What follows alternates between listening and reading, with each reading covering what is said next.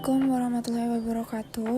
Perkenalkan, nama saya Firil Ada Rafa dari kelas 12 IPA 2. Saya akan menjelaskan materi bab 4, yaitu tentang evolusi. Apa itu evolusi? Dalam ilmu biologi, evolusi merupakan perubahan pada sifat-sifat terwariskan, baik secara morfologis maupun fisiologis, dalam suatu populasi organisme dari satu generasi ke generasi berikutnya. Perubahan-perubahan tersebut terjadi karena adanya kombinasi 3 proses utama dalam evolusi, yaitu variasi, reproduksi, dan seleksi. Sifat-sifat terwariskan yang menjadi dasar terjadinya evolusi ini dibawa oleh gen yang diwariskan kepada keturunan suatu makhluk hidup yang kemudian akan bervariasi dalam suatu populasi. Ada 2 mekanisme utama yang mendorong terjadinya evolusi, yaitu hanyutan genetik dan seleksi alam. Hanyutan genetik adalah sebuah proses bebas yang menghasilkan perubahan acak pada frekuensi sifat suatu populasi. Sementara seleksi alam adalah proses yang menyebabkan sifat terwaris yang berguna dalam keberlangsungan hidup dan reproduksi organisme menjadi umum dan suatu populasi bertahan. Selanjutnya, ada faktor yang mempengaruhi evolusi. Faktor yang mempengaruhi evolusi ada perkawinan tak acak, migrasi, hanyutan genetik, seleksi alam, mutasi, rekombinasi, dan seleksi. Lalu ada faktor terbentuknya spesies baru. Faktor penentu terbentuknya spesies baru adalah isolasi. Isolasi mencegah terciptanya kembali keseragaman antar spesies melalui hibridasi.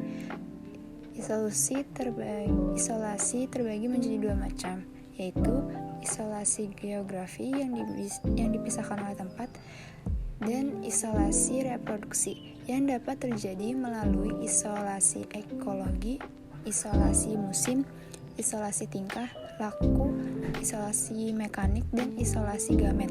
Pengertian evolusi menurut para ahli. Menurut Plato 427-347 SM, Plato menyatakan percaya pada dunia, yakni dunia yang ideal dan abadi, serta dunia maya atau hayal yang tidak sempurna. Kedua dunia tersebut dapat dipahami dengan menggunakan indera manusia. Dikatakan evolusi akan mengubah dunia yang organismenya sudah ideal dan beradaptasi sempurna dengan lingkungan. Lalu ada Aristoteles 384-322 SM. Aristoteles menganut teori skala alami. Dikutip situs Kementerian Pendidikan dan Kebudayaan Kemendikbud, teori yang disampaikan Aristoteles membahas bahwa semua bentuk kehidupan disusun menurut suatu skala atau tangga yang kompleksitasnya meningkat ke atas. Menurutnya, setiap bentuk kehidupan makhluk hidup mempunyai suatu tangga dengan anak tangga masing-masing yang ada pada tingkatan yang berbeda. Menurut Jean-Baptiste de Lamarck 1744-1829, pada teori evolusi Lamarck ada 2 gagasan utama, yakni memiliki 2 gagasan mengenai evolusi. Gagasan pertama berkaitan dengan bagian tubuh yang digunakan dan tidak digunakan oleh makhluk hidup. Melalui gagasannya ini, ia menganggap bahwa bagian tubuh yang terus-menerus dipakai makhluk hidup dalam menghadapi lingkungan tertentu akan menjadi lebih besar dan lebih kuat dibandingkan anggota tubuh yang jarang digunakan. Lalu ada Charles Robert Darwin 1809-1882. Darwin menilai bahwa evolusi terjadi melalui proses seleksi alam. Makhluk hidup yang mampu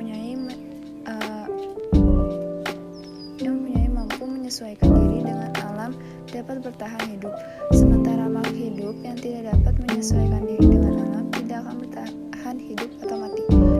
Menurut Alfred Russel Wallace 1823-1913, teori evolusi Russel Wallace merupakan mengembangkan suatu teori seleksi alam yang dikemukakan oleh Charles Darwin. Pemikiran Russel Wallace didapat dari hasil ekspedisi di Malaysia. Medan, Borneo, Kalimantan, Sulawesi, dan Maluku. Dan menurut August Weismann, pada teori August Weismann bahwa perubahan sel-sel tubuh akibat pengaruh lingkungan tidak diwariskan pada keturunannya. Evolusi mengangkut pewarisan gen lewat sel-sel kelamin. Selanjutnya, ada 5 prinsip evolusi, yaitu spesies baru bukan merupakan bentuk dari yang paling sempurna, yang langsung hidup, tetapi berasal dari bentuk sederhana yang belum terspesialisasi. Evolusi tidak selalu dari yang sederhana ke kompleks. Ternyata banyak contoh evolusi regresif, yaitu dari bentuk kompleks menuju bentuk sederhana. Sebagai contoh adalah kasuari diturunkan dari burung bersayap yang dapat terbang, kemudian berkembang menjadi kasuari yang tidak bersayap dan tidak dapat terbang. Pada saat evolusi terjadi lebih cepat dari yang lainnya, bentuk-bentuk baru muncul dan bentuk lama punah.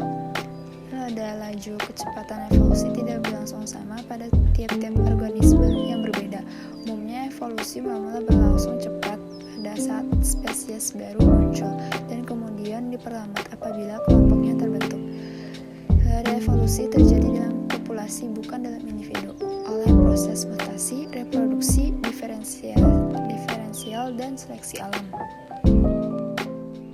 Sekian dari saya, terima kasih. Wassalamualaikum warahmatullahi wabarakatuh.